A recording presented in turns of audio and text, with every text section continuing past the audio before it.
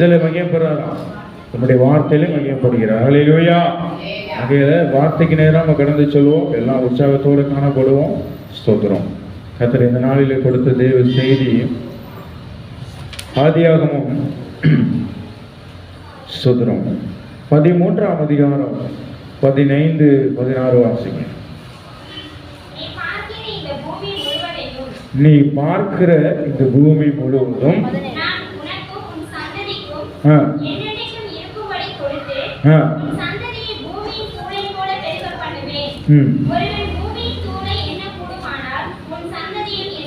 ஹல்லேலூயா. ஸ்தோத்திரம். கர்த்தருக்கு ஸ்தோத்திரம் உண்டாவதாக. எல்லாரும் தலைகளை தாழ்த்தி இந்த வார்த்தையை நம்ம தியானிக்க போறோம். கர்த்தர் இதுக்கு பொருள் கொடுக்கணும். இந்த வார்த்தை நம்முடைய இதயத்தில் விதைக்க போறோம். எல்லாரும் தலைகள் தாழ்த்தி ஜெபிப்போமா. கர்த்தாவே, இந்த வார்த்தை 1க்கு 100 மடங்காய் பலன் கொடுக்கிறார். ஒன்றிலும் குறைபடாத ஆசீர்வாதத்தை கர்த்தர் கட்டளையிடுகிறார். அப்படி செய்தபடியான இயேசுவின் நாமத்தை துதிக்கிறோம் நல்ல பிதாவே. ஆமென். ஸ்தோத்திரம்.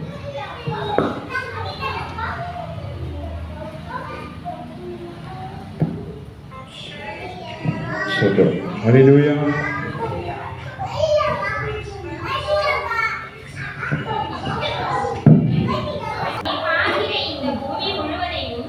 ஆதியாகமம் 13ஆம் அதிகாரத்துல வசனத்தை குறிச்சு வச்சுக்கோங்க.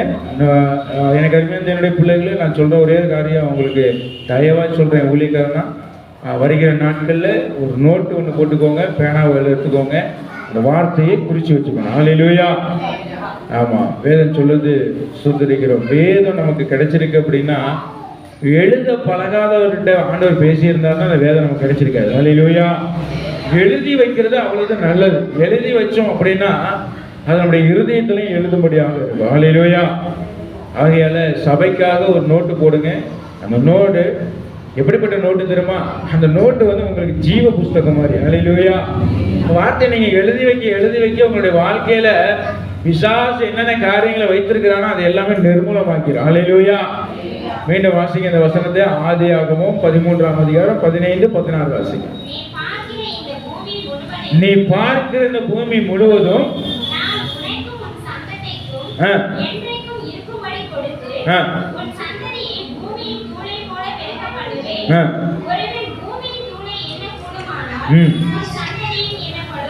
போதும். ஹல்லேலூயா. ஆபிரகாமை பார்த்து கர்த்தர் சொல்ற காரியம் என்ன சொல்றாரு? அவர் என்ன சொல்றாரு? நல்ல கவனமா கேளுங்க. அவர் சொல்ற காரியம், நீ பாருப்பா, பூமியை பாரு. இந்த பூமியை எல்லாமே உனக்கு நான் தருவேன். நீ பார்க்கறதெல்லாம் நான் தருவேன். அது மாத்திரம் இல்லை, எனக்கு அருமை தேவனுடைய பிள்ளைகளை அவர் சொல்ற காரியம் என்னன்னா நல்லா தெளிவா கேட்கணும்.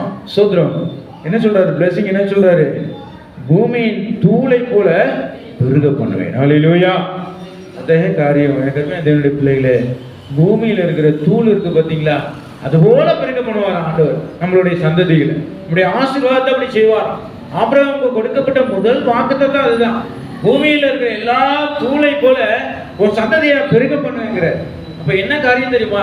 அப்ப ஆபிரகாம் எப்படி இருந்தார் தெரியுமா? ஒரு விருத்தியும் அடையல, அவர் குழந்தை கூட இல்லை. எனக்கு அருமையான தேவனுடைய பிள்ளைகளை, அப்படிப்பட்ட மனுஷன்ட்ட தான் வார்த்தை போகுது. அப்படிப்பட்ட காரியத்தை தான் போகுது. நல்லா படிச்ச ஞானம் உள்ளவர்கள்டையோ பண வசதி உள்ளவர்கள்டையோ வார்த்தை போகாது. ஹல்லேலூயா. ஒண்ணுமே இல்லாம இருக்கிறோம் பாருங்க, குப்பையை போல இருக்கிறோம் பாருங்க, நம்மள்ட்ட தான் வார்த்தை போகும். ஹல்லேலூயா. இன்னைக்கு வந்திருக்கிற உங்களை பார்த்து தான் கர்த்தர் சொல்றாரு, வெறுமையா இருக்கிறீங்களா, ஒண்ணுமே வழி இல்லாம இருக்கிறீங்களா, உங்களை தான் கர்த்தர் தூளை போல பெருக்க பண்ண போற. ஹல்லேலூயா. சாதாரணமா பெருக்க வைக்க போல ஆண்டவர் பூமியில தூளை போல பெருக்கும்படி செய்ய போற. இந்த ஆபிரகாமுக்கு அவன் வெறுமையா இருக்கும் பொழுது, அவனுடைய வாழ்க்கையில ஒரு ஆசீர்வாதத்தை பெறாமல் இருக்கும் பொழுது கர்த்தர் கொடுத்த வார்த்தை. ஹல்லேலூயா. அருமையான தேவனுடைய பிள்ளைகளே, இந்த வார்த்தையை விசுவாசித்தான், அதுக்கு கீழ்ப்படிதான் சோதரிக்கிறோம். அடுத்து அது மாத்திரம் இல்ல, அடுத்து அவனுக்கு சொன்ன பிளெஸிங்கை பாக்குறீங்களா? நம்ம பிளெஸிங்கா பார்த்துருவோம். அந்த பிளெஸிங்கை எப்படி பெற்றுக்கொண்டோம் அப்படிங்கிறத குறிச்சு பார்ப்போம். இப்ப பார்க்க போறது என்ன தெரியுமா? ஆண்டவர் சொன்ன ஒவ்வொரு ஆசீர்வாதத்தை பார்க்கிறோம். அடுத்த அந்த ஆசீர்வாதத்தை அவன் எப்படி பெற்றுக்கொண்டான் அப்படிங்கிறத நம்ம பார்க்கணும். புரியுதாங்க சொல்றது? இப்ப அடுத்ததான் நம்ம வேதத்துல வாசிப்போம். எடுத்துக்கொள்ளுங்க. ஆதியாகமம் 15ஆம் அதிகாரத்துல 5ஆம் வசனத்தை ஒரு வாசிப்போம். வெளியே அழைத்து வானத்தை அண்ணாந்து பார்,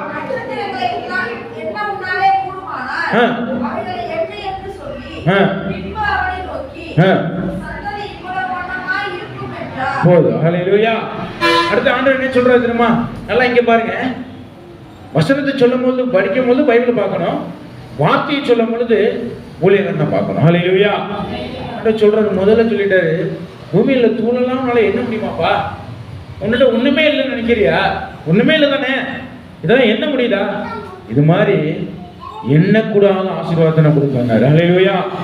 ரெண்டாவது காரியம் சொல்றாரு, வெளியில வாப்பா, அண்ணாந்து மேல பாரு, எல்லா நட்சத்திரத்தையும் என்ன முடியுமா அப்படி கேட்கிறாரு. என்ன முடியாதுல்ல, அதுபோல சந்ததியை பெருக்கும்படி அப்படிப்பட்ட ஆசீர்வாதத்தை கொடுப்பாங்க. ஹல்லேலூயா.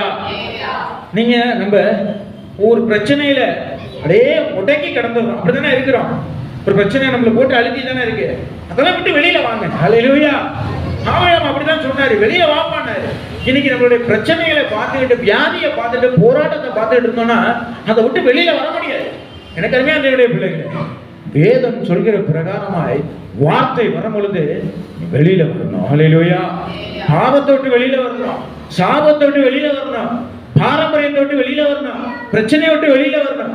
வெளியில வந்துட்டு என்ன பண்ணணும் தெரியுமா? அண்ணாந்து மேல பார்க்கணும். ஹல்லேலூயா. பரலோகத்தை நோக்கி பார்க்கணும்.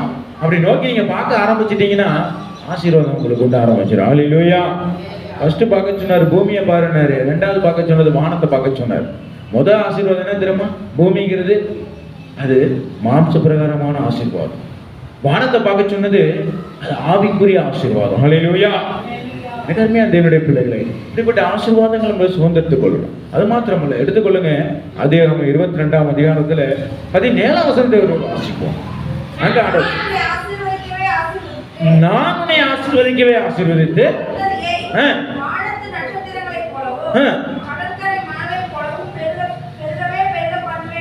போதும். ஹல்லேலூயா. முதல்ல சொன்னாரு பூமியை பார்த்து சொன்னாரு, ரெண்டாவது பார்த்து சொன்னாரு வானத்தை பார்த்து ஆசீர்வாதம் சொன்னாரு. இங்க ஆண்டவர் சொல்றாரு, ரெண்டையுமே சேர்த்து சொல்றாரு. இங்க ரெண்டையும் சேர்த்து சொல்லும் பொழுது என்ன ஆயிடுச்சு? முதல்ல வானத்து நட்சத்திரங்கள் முன்னாடி வந்துருச்சு. ஹல்லேலூயா. நல்ல கவனமா வேதத்தை நம்ம தியானிக்கிறோம். 13ஆம் அதிகாரத்துல ஆண்டவர் பிளெஸிங் கொடுக்கிறாரு, ஆசீர்வாதத்தை கொடுக்கிறாரு. என்ன சொல்றாரு? பூமியை பார்த்து பூமியின் தூணை போல ஆசீர்வதிப்பேன்னாரு. ரெண்டாவது காரியம் 15ஆம் அதிகாரத்துல வானத்து நட்சத்திரங்களை போல ஆசீர்வதிப்பேன்னாரு. இங்க 22ஆம் அதிகாரத்துல ரெண்டாவதா சொன்ன வானத்து நட்சத்திரங்கள் ஆசீர்வாதம் முதல்ல வந்துருச்சு, பூமிக்குரிய ஆசீர்வாதம் கீழே வந்துருச்சு. ஹல்லேலூயா. இப்ப என்ன காரியம் தெரியுமா தேவ பிள்ளைகளே? முதலாவது தேவனுடைய ராஜ்யத்தையும் அவருடைய நீதியை தேடுங்கள். ஹல்லேலூயா. அப்பொழுது இவைகள் எல்லாம் பூமிக்குரிய ஆசீர்வாதம் எல்லாம் கூட கொடுக்கப்படும். ஹல்லேலூயா. தேவனுடைய பிள்ளைகளை இன்னைக்கு நம்ம என்ன பண்ணிடுறோம்? நல்ல இடத்தை கொடுங்க, நல்ல வசதியை கொடுங்க, பணத்தை கொடுங்க, படிப்பை கொடுங்க அப்படின்னு கேட்கிறோம். அதெல்லாம் முக்கியம் கிடையாது தேவ பிள்ளைங்களே. முதலாவது தேவனுடைய ராஜ்யமும் இந்த வார்த்தையாகி நீதியும் தான் தேடணும். ஹல்லேலூயா. இந்த ரெண்டு காரியத்தை நீங்க தேட ஆரம்பிச்சிட்டீங்க அப்படின்னா உங்க வாழ்க்கையில எல்லா விதமான மாம்ச பிரகாரமான ஆசீர்வாதங்களும் பின்னாடி ஓடி வர ஆரம்பிச்சிடும். ஹல்லேலூயா. கர்மையா தேவனுடைய பிள்ளைகளே, ஆபிரகாம் இந்த ஆசீர்வாதங்களை எப்படி பெற்றுக்கொண்டார் தெரியுமா? தேவனுடைய பிள்ளைகளே, அவரை கர்த்தர் அழைத்தார். ஹல்லேலூயா. வேதத்தில் நீங்க வாட்சி பார்த்தீங்கன்னா எடுத்துக்கொள்ளுங்க, ஸ்தோத்திரிக்கிற ஆதியாகமம் 12ஆம் அதிகாரத்துல 1ஆம் வசனத்தை ஒரு வாசிப்போம்.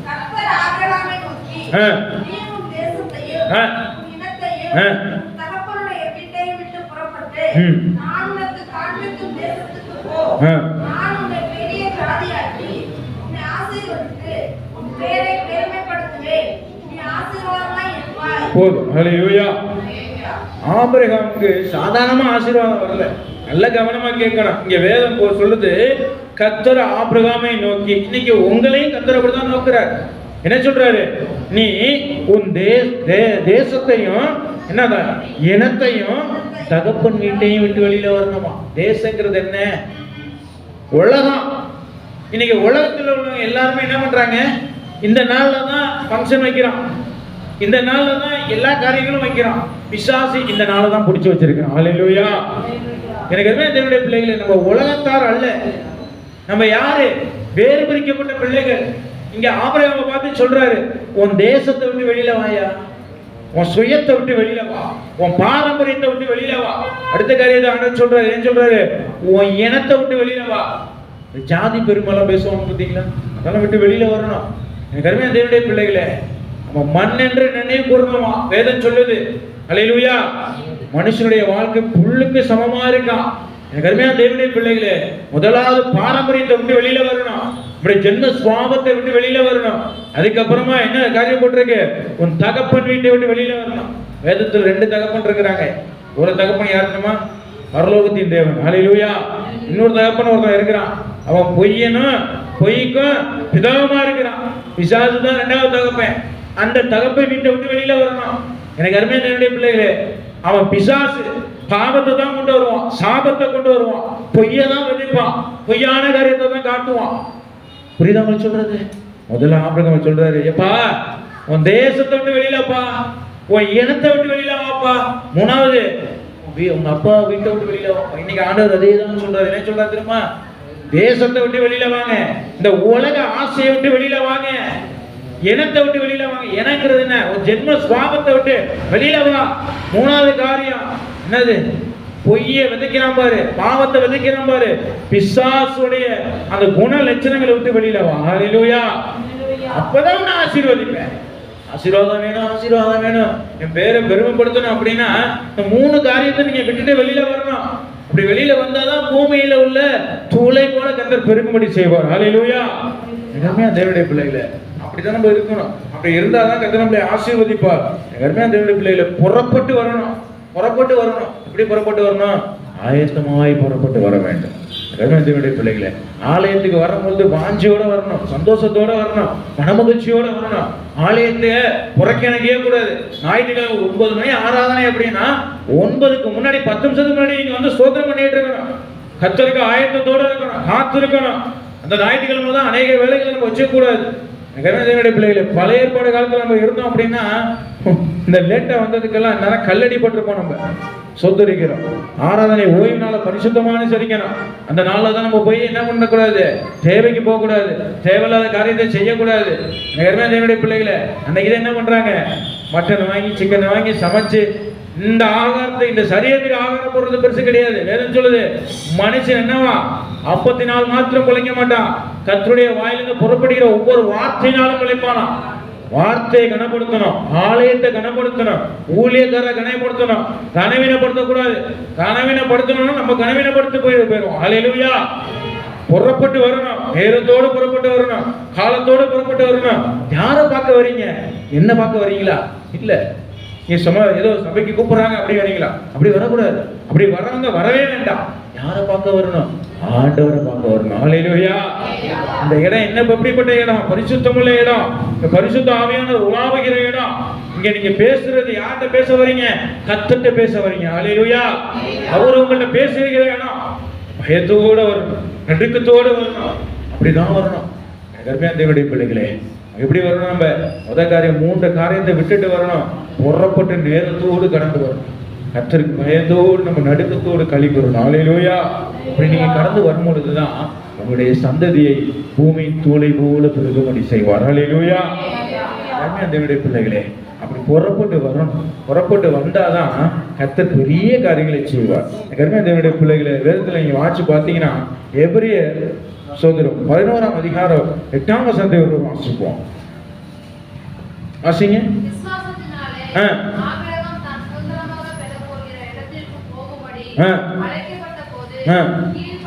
கீழ்ப்படிந்து போது. ஹல்லேலூயா. எப்படி போனான் அவன்?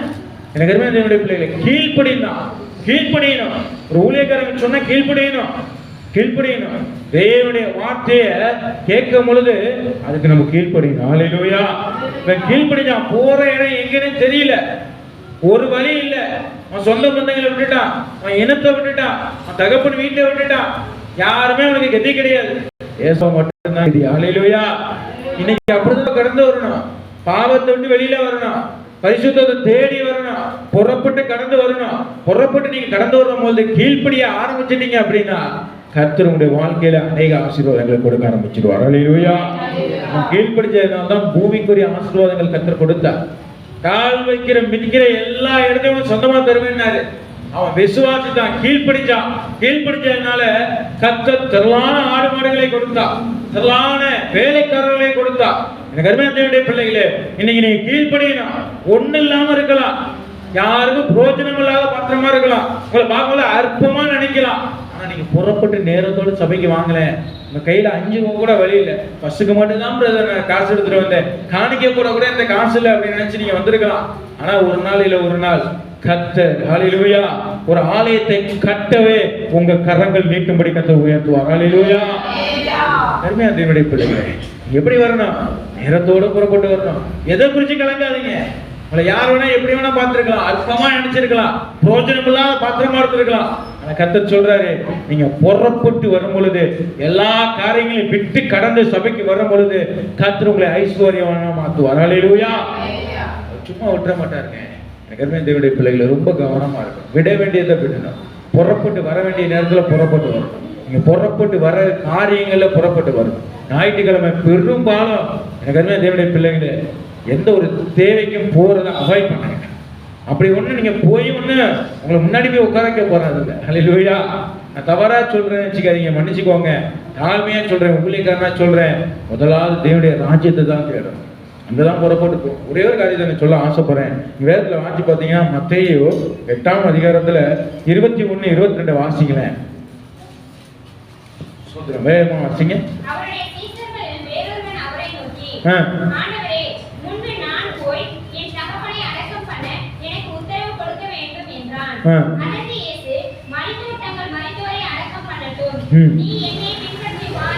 போதும். ஹல்லேலூயா.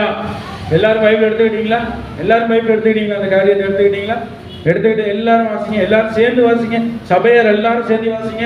ஏன்னா அந்த வார்த்தை உங்களுக்கு இருதயத்துல விதைக்கப்படணும். மத்தேயு 8ஆம் அதிகாரத்துல 21, 22 வாசிங்க, எல்லாரும் சேர்ந்து வாசிங்க.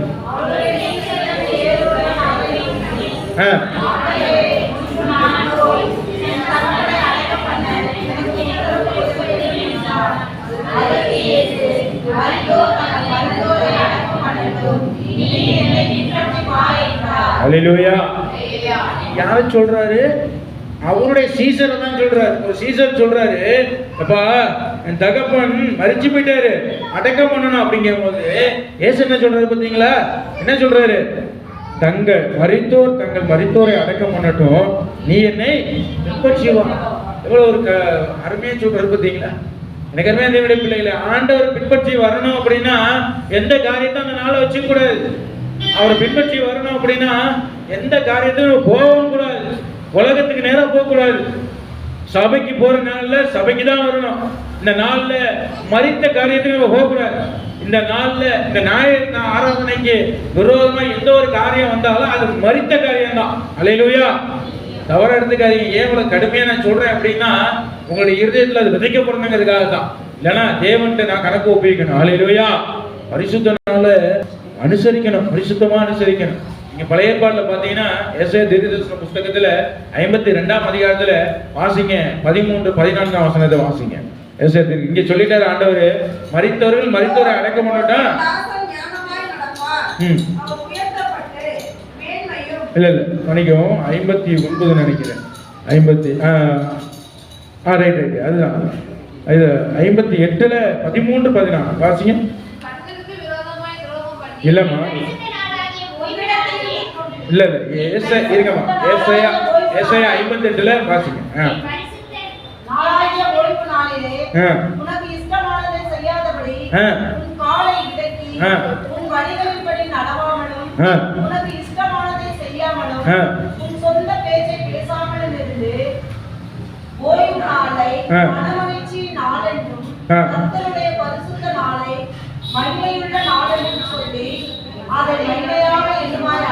ஹல்லேலூயா. போதும். இங்க வேதம் எவ்வளவு தெளிவா சொல்லுது பாத்தீங்க. எல்லாம் கவனமா கேளுங்க. யாரு தெளிவா இருக்கு. வேதம் சொல்லுது, பரிசுத்த நாளாகிய ஓய்வு நாளிலே உனக்கு இஷ்டமானதை செய்யாதபடி, இஷ்டமான காரியத்தை செய்யக்கூடாது. புரியுதாங்க சொல்ல? பரிசுத்த நாள் ரொம்ப கவனமா இருக்கணும். இஷ்டமானதை செய்யக்கூடாது. அது மட்டும் இல்ல, இஷ்டமானதை செய்யவும் கூடாது. சொந்த பேச்சு பேசக்கூடாது. சொந்தமா எதுவும் பேசக்கூடாது. தேவையில்லாத பேசக்கூடாது. யார்கிட்ட அநேகர் பாத்தீங்கன்னா செல்போன்ல அநேக காரியங்களை பேசிட்டு இருக்கிறாங்க. அப்படி இருக்கவே கூடாது. வேதம் சொல்லுது, பரிசுத்த நாள்ல எப்படி இருக்கணுமா? சொந்த பேச்சு பேசக்கூடாது. அது மட்டும் இல்ல, இஷ்டமான காரியத்தை செய்யக்கூடாது. அது மாத்திரம் இல்ல, ஓய்வு நாளை மனமகிழ்ச்சி நாள் என்று, கர்த்தருடைய பரிசுத்த நாளை மகிமையுள்ள நாள் என்று சொல்லி அதை மகிமையாக என்ன பண்ணுவாங்க. ஹல்லேலூயா. அந்த பரிசுத்த நாள்ல தான் என்ன பண்றோம்? அநேகர் பாத்தீங்கன்னா இந்த உலகத்துல உள்ளவங்க என்ன பண்றாங்க? சினிமாவுக்கு போறாங்க, அன்னைக்கு தான் தண்ணி அடிப்பாங்க. அநேகர் பாத்தீங்கன்னா கறிமீன் எடுத்து சாப்பிட்டுட்டு குடும்பத்துல மதுபானத்தை அரிஞ்சிட்டு அப்படியே படுத்து கிடப்பாங்க. அவங்க எல்லாம் என்ன பண்ணுவாங்க? தேவன்கிட்ட கணக்கு ஒப்புவிக்கணும். ஹல்லேலூயா. அவங்க உலகத்துல இருக்கிறாங்க. பரிசுத்தம் உள்ள பிள்ளைங்க நம்ம அப்படி இருக்கக்கூடாது. சொந்த பேச்ச கூட பேசக்கூடாது. அந்த நாளை மகிமை நாள் என்று எண்ணணும். ஆலயத்துல வார்த்தை ஒரே நாள் தான். அந்த ஒரு நாள் நீங்க கர்த்தருக்கு கொடுக்கணும். அந்த ஒரு நாளை நீங்க கொடுக்காம இருந்துட்டீங்கன்னா மரித்தோரை அடக்கம் பண்றது போல கர்த்தர் சமூகத்தில் நீங்க மரித்தவர்களாக காணப்படுவீங்க. உங்களுடைய வாழ்க்கையில ஆவிக்குரிய காரியம் எல்லாம் மரிக்கப்பட்ட நிலைமையில இருக்குன்னு அர்த்தம். தேவனுடைய பிள்ளைகளே, கர்த்தர் முக்கியமா கல்யாணம் முக்கியமா? கர்த்தர் முக்கியமா நம்மளுடைய வாழ்க்கையில காது குத்துறது முக்கியமா? நல்ல கவனமா இருக்கணும். கர்த்தரை ஒப்பு கொடுக்கணும். கர்த்தரை கணக்கு கொடுக்கிற மாதிரி ஆயிட்டு. கர்த்தர் முக்கியமா கறிமீன் சாப்பிடுறது முக்கியமா? தேவனுடைய பிள்ளைகள் ரொம்ப கவனமா இருக்கணும். கடைசி நாட்கள் நம்ம பயணிக்கிறோம். கடைசி நாட்கள் இருக்கிற பிள்ளைகள் தேவனுடைய பிள்ளைகளா இருக்கணும்னா தேவனுடைய ஆராதனை மகிமைப்படுத்தணும். தேவனுடைய ஆராதனைக்கு நீங்க ஓடி வரணும். பரிசுத்தம் உள்ள நாளை பரிசுத்தமா அனுசரிக்கணும். சும்மா ஏழதான் இருக்க கூடாது. தேவனுடைய பிள்ளைகளே, அநேக சபையில் அப்படியே பூசி மொழுகுவாங்க. நல்லா இருங்க, சந்தோஷமா இருப்பீங்க. இங்க அப்படியெல்லாம் கிடையாது. கடிந்து கொள்ளுதல் இருக்கும். தேவனுடைய பிள்ளைகளே, கர்த்தருக்கு பயப்படணும். அவருடைய வார்த்தைக்கு கீழ்ப்படியணும். இந்த வார்த்தைப்படி கை கொண்டு நடக்கணும். சொந்தம் தேவனுடைய பிள்ளைகள் வேதம் சொல்லுகிற பிரகாரமாய் மகிமையான நாளை மகிமையா எண்ணணும். சாதாரணமா அற்பமா எண்ணக்கூடாது. இந்த வாரம் தானே, அடுத்த வாரம் போய்க்கலாம் அப்படி எண்ணக்கூடாது. அடுத்த வாரம் போக நினைச்சிட்டு இருந்தீங்கன்னா பரலோகத்துக்கு போக முடியாது. ரொம்ப கவனமா இருக்கணும். சோதரம் மனவாளன் வரும் பொழுது கர்த்தருடைய சத்தம் உங்களுக்கு கேட்கணும் அப்படின்னா நீங்க ஒவ்வொரு நாளும் ஊழியக்காரர் மூலியமாய் வருகிற வார்த்தையின் சத்தத்தை கேட்டாதான் அந்த சத்தத்தை கேட்க முடியும். ஹல்லேலூயா. ஊழியக்காரருடைய சத்தத்தை கேட்க உங்களுக்கு எரிச்சல் ஆகுது, ஊழியக்காரங்களை பார்க்கறதுக்கு நேரம் கொடுக்க முடியல அப்படின்னா பரலோகத்தில் இருந்து வருகிற தேவனை பார்க்கவே முடியாது. ஹல்லேலூயா. அருமையா தேவனுடைய பிள்ளை, வேதம் சொல்லுது பிதா என்னிலும் மகிமைப்படுகிறார் சொல்றார். எனக்குள்ள இருக்கிறான்னு சொன்னார். நீங்க ஊழியக்காரங்களுள்ள தேவன் இருக்கிறார். இந்த தேவனை நீங்க பார்க்க வரணும். இந்த வார்த்தையின் மூலியமா பார்க்க வரணும். அன்னைக்குதான் நீங்க தேவையில்லாத வேலைகளை பண்ணக்கூடாது. அந்த நாளை கர்த்தருக்கு ஒப்பு கொடுக்கணும். வாரத்துல ஒரு நாள் தான் நம்ம கொடுக்கிறோம். இந்த வாரத்துல ஒரு நாள் நம்ம அசட்டையா விட்டுட்டோம் அப்படின்னா வாழ்க்கையில ஆசீர்வாதங்களை பெற்றுக்கொள்ள முடியாது. ஹல்லேலூயா. ஆபிரகாம் அப்படிதான் கூப்பிட்டாரு, வாப்பா உன் இனத்தை விட்டுட்டு தேசத்தை விட்டுட்டு உன் பிதா வீட்டை விட்டுட்டு கடந்து வாயா அப்படின்னா அவர் கடந்து வந்தார். தெய்வத்திலே கடந்து வந்ததுனாலதான் அவருடைய வாழ்க்கையில பூமியின் தூளை போல இருக்கும்படி கர்த்தர் ஆசீர்வாதத்தை கொடுத்தார். ஹல்லேலூயா. இன்னைக்கு பூமியில உள்ள காரியங்களை சுதந்திரிக்கணுமா? உங்களுக்கு கர்த்தர் ஒரு இடத்தை கொடுக்கணுமா? வீட்டை கட்டி கொடுக்கணுமா? உங்க தேவைகளை சந்திக்கணுமா? உங்க கையை பிரயாசங்களை ஆசீர்வதிக்கணுமா? புறப்பட்டு கிளம்பி வாங்க. ஹல்லேலூயா. தேவாலயத்துக்கு வாங்க. உங்க காலை மிதிங்க. கர்த்தர் நீங்க எந்த இடத்துல வெக்கப்பட்டீங்களோ அதே இடத்துல கிட்னி முகச்சுமா ஆக்குவார். ஹல்லேலூயா. தேவாலயத்துல நீங்க வாரம் வாரம் காலை வைக்கும் பொழுது பூமியில நீங்க எந்த இடத்துல கால் வச்சாலும் அதை உங்களுக்கு சொந்தமாய் கொடுப்பார். ஹல்லேலூயா. விசுவாசத்தோட இருக்கு. எனக்கு தேவனுடைய பிள்ளைகளே, அநேகர் பாத்தீங்கன்னா அநேகர் சினிமா கொட்டையில கால் வைக்கிறாங்க. இந்த நாள்ல அநேகர் ஒயின் ஷாப்ல கால் வைக்கிறாங்க. தேவனுடைய பிள்ளைகளே, இதெல்லாம் ஒரு 3 மணி நேரம் வரைக்கும் தான் சினிமாவில் இருந்தா, அதுக்கப்புறம் ஒன்னும் இருக்காது. உன்னுடைய காசு தான் வேஸ்ட், நேரம் தான் வேஸ்ட். தேவனுடைய பிள்ளைகளை, அதே போல மதுபானம் குடிக்கிறவங்களை பாருங்க, கால் வைக்கிறவங்கள 150 ரூபாய்க்கு ஒரு பாட்டில் வாங்கி குடிப்பாங்க. அது என்ன, ஒரு 1/2 நாள் போதையில இருப்பாங்க. தேவனுடைய பிள்ளைகளே, ஆனா நீங்க தேவாலயத்துல இருந்து கால் வச்சீங்கன்னா தேவன் வரும் வரைக்கும் ஆசீர்வாதமா இருப்பீங்க. ஹல்லேலூயா. அதுக்காக தான் ஊழியக்காரங்க, அதுக்காக தான் சபை. சபை எதுக்கு தெரியுமா? உங்களை தேவ சமூகத்துல கொண்டு போறதுக்கு தான் சபை. உங்களை பரிசுத்தமாய் வாழும்படி செய்யறதுக்கு தான் சபை. ஹல்லேலூயா. நீங்க சபையை நீங்க அவாய்ட் பண்ணீங்கன்னா பிசாசு எல்லாத்தையும் கொண்டு வந்துடும். எனக்கு தேவனுடைய பிள்ளைகளே, ரொம்ப கவனமா இருக்கும். இந்த ஒரு பாயிண்ட் நான் சொல்றதுக்கு அவ்வளவு நேரம் ஆயிடுச்சு. எடுத்தவங்க வாசிங்க. சோதரிக்கிறோம். எபிரேயர் 11:8 நம்ம என்ன பார்த்தோம்? கீழ்ப்படினா அதனால்தான் பூமி பெரிய ஆசீர்வாதம் கிடைச்சிச்சு. நீங்க வேதத்துல வாசி பார்த்தீங்கன்னா அடுத்ததாக யோபு 17ஆம் அதிகாரத்துல 9ஆம் வசனத்தை வாசிப்போம். வேகமா வாசிங்க. யோபு 17ஆம் அதிகாரம்.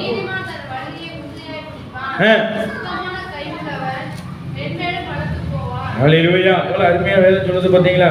நீதிமான் என்ன பண்ணுவானா? உறுதியா பிடிக்கணும். வேதம் சொல்லுது பாருங்க. நீதிமான், வாசிங்கம்மா, திருப்பி வாசிங்க.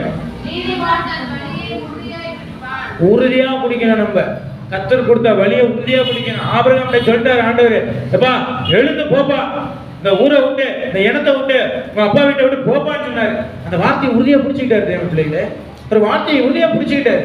அவன் நீதிமானா காணப்பட்டான். அவன் உறுதியா பிடிச்சிக்கிட்டதுனால என்ன நடந்துச்சு? சுத்தமான கை உள்ளவன் மென்மேலும் வளர்த்து போவான். அவன் குறுகிய போல ஆபிரகாம் திரளான ஆடு மாடுகளை கர்த்தர் கொடுத்தார். திரளான ஆடு மாடுகளை மேய்க்கிறதுக்கு மேய்ப்பர்களை கொடுத்தார். அவன் சுற்றி திரிகிற எல்லா தேசங்களும் அவன் சொந்தமாய் மாற்றினான். இன்னைக்கு உறுதியா பிடிங்க, உறுதியா சபையை பிடிங்க, உறுதியா ஊழியக்காரங்களை பிடிங்க, உறுதியா வார்த்தையை பிடிங்க. நீங்க வார்த்தையை உறுதியா பிடிக்க ஆரம்பிச்சிட்டீங்கன்னா வர வர பலத்து போவீங்க, வர வர விருத்தி அடையும். ஒவ்வொரு வாரமும் விருத்தி அடையும், ஒவ்வொரு வருஷமும் உயர்த்தப்படும். அதே மந்தமாவே போகக்கூடாது, கீழே போகக்கூடாது, டவுனாவே போகக்கூடாது. ஒரு வாரம் இருக்கிற சந்தோஷம் ஒரு வாரத்தில் இல்லாம இருக்கக்கூடாது. சண்டையும் சச்சரமும் திடீர்னு பார்த்தா பாவத்துல போய் விழுகிறது, இப்படிப்பட்ட காரியம் இருக்கக்கூடாது. ஆபிரகாம் உறுதியாய் பிடித்தான், அதனால்தான் பலத்து போனான். இன்னைக்கு நம்ம பலத்து போகணும்னா உறுதியாய் பிடிக்கணும். ஹல்லேலூயா. தேவனுடைய பிள்ளைகள் அப்படிப்பட்ட பிள்ளைகளா நம்ம காணப்படும். ஆபிரகாமை கர்த்தர் அழைத்தார். அவன் எதனால அழைக்கப்பட்டான் தெரியுமா? அவன் பாபிலோன் தேசத்துல, கல்தேய தேசத்துல இருந்தான். ஹல்லேலூயா. பாபிலோன் தேசம் விக்கிரக ஆராதனை செய்கிற இடம், மோசமான இடம் அது. இன்னைக்கு நம்மளுக்கு உலகத்துல அநேக பாவங்கள் நிறைந்த உலகத்துல தான் நம்ம இருக்கிறோம். நல்ல கவனமா கேளுங்க, நல்ல சிந்தை கேளுங்க. அவனை உட்கார வைங்க, ரெண்டு பேரும் உட்கார வைங்க, உட்கார வைங்க, கவனமா கேட்கணும். அன்னைக்கு ஆபிரகாம் அவனும் விக்கிரக ஆராதனை செய்தவன் தான். நல்ல கவனமா கேளுங்க. விக்கிரக ஆராதனை செய்தவன் தான் ஆபிரகாம். அந்த விக்கிரகம் நிறைந்த ஊர் தான் அது. ஆனா ஆபிரகாம் ஏன் அழைச்சார் தெரியுமா? இன்னைக்கு உங்களே அழைச்சி கொண்டு வந்திருக்காருன்னா ஒரு நோக்கம் எல்லாம் அழைச்சிட்டு வந்திருக்க மாட்டார். ஆபிரகாம் ஏன் அழைச்சிட்டு வந்தார் தெரியுமா? அவனுக்குள்ள இருந்த அழைப்பை கேட்டு வரல, அதுக்கு முன்னாடியே அவனுக்குள்ள இருந்த உண்மையை பார்த்தார். ஹல்லேலூயா. அவன் விக்கிரக ஆராதனை செய்யறவனாவே இருந்தாலும் அவன் உண்மையாக இருந்திருக்கான். அவன் அந்த தேசத்துல உண்மையா இருந்திருக்கிறான். அதனாலதான் உண்மை உள்ள மனுஷனை கர்த்தர் கொண்டு வந்தார். ஹல்லேலூயா. பக்தி உள்ளவனை கர்த்தர் நமக்கென்று தேர்ந்தெடுத்திருக்கிறார். அவன் அந்த பக்தியிலும் உண்மையா இருந்திருக்கிறான். உண்மையான மனுஷன் பரிபூர்ண ஆசீர்வாதங்களை பெறுவான் என்று சொல்லுது. அல்லேலூயா. உண்மை உள்ள மனுஷன் பரிபூர்ண ஆசீர்வாதங்களை பெறுவான். அவன் உண்மை உள்ளவனா இருந்தான். அதனாலதான் விக்கிரக ஆராதனை செய்த அந்த பாபிலோன் தேசத்துல அத்தனை கோடி ஜனங்கள் இருந்தாலும் ஆபிரகாமை மட்டும் கர்த்தர் கொண்டு வந்தார்னா அவனுடைய காரியங்கள் என்ன தெரியுமா? எடுத்தவங்க வாசிங்க. நெகேமியா 7ஆம் அதிகாரம், நெகேமியா 9ஆம் அதிகாரத்துல 7-8 வசனத்தை வாசிப்போம்.